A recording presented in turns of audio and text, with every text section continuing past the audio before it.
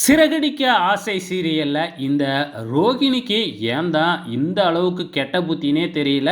முத்து auto தான் ஓட்டுறாப்ல அப்படிங்கிறதுன்னு தெரிஞ்சுக்கிட்டு நேரா பார்லருக்கு கூட போகாம அவசரமா வந்து இங்க விஜயா கிட்ட போட்டு குடுத்து, நீங்க கேளுங்க. ஏன்னா அந்த கார வந்து பார்த்தீங்கன்னா, உங்க காசுல தானே வாங்குனாரு. ஸோ அதனால நீங்க கேள்வி கேட்கலாம் அப்படிங்கிற மாதிரி வந்து பார்த்தீங்கன்னா, ரோகிணி போட்டு குடுத்தது மட்டும் இல்லாம, ஏதோ பெருசா சாதிச்ச மாதிரி ஒரு ரியாக்ஷன் குடுப்பாங்க பாரு. அவ்வளோ வெறுப்பா இருக்கும் பார்க்கறதுக்கே. ஸோ நம்ம விஜயா நேரா வந்து அண்ணாமலை கிட்ட போட்டு குடுத்துட்டாப்ல. ஸோ அண்ணாமலை நான் கேட்குறேன் அப்படின்னு சொல்லிக்கிட்டு இருக்கிறாங்க.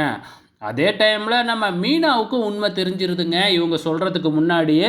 ஸோ மீனா வெளியில வச்சே முத்து ஆட்டோ ஓட்டுறத பார்த்துடுறாங்க. இது ஒரு பக்கம். இங்க வீட்ல விஜயா அப்படியே பத்திரகாளி மாதிரி உக்காந்துருக்குறாங்க முத்துவை கேள்வி கேட்கறதுக்கு. ஆனால் ஃபர்ஸ்ட் எடுத்த உடனே மீனா தான் வராங்க.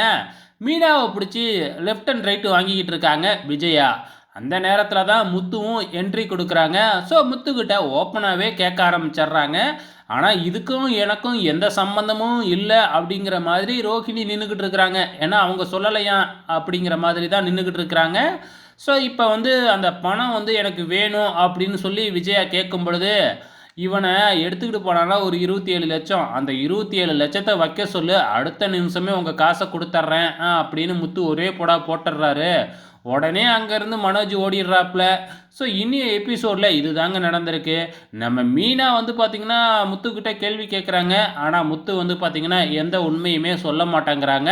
வெயிட் பண்ணி பார்க்கலாம் மீனா எப்படி உண்மையை தெரிஞ்சுக்க போகிறாங்கன்னு.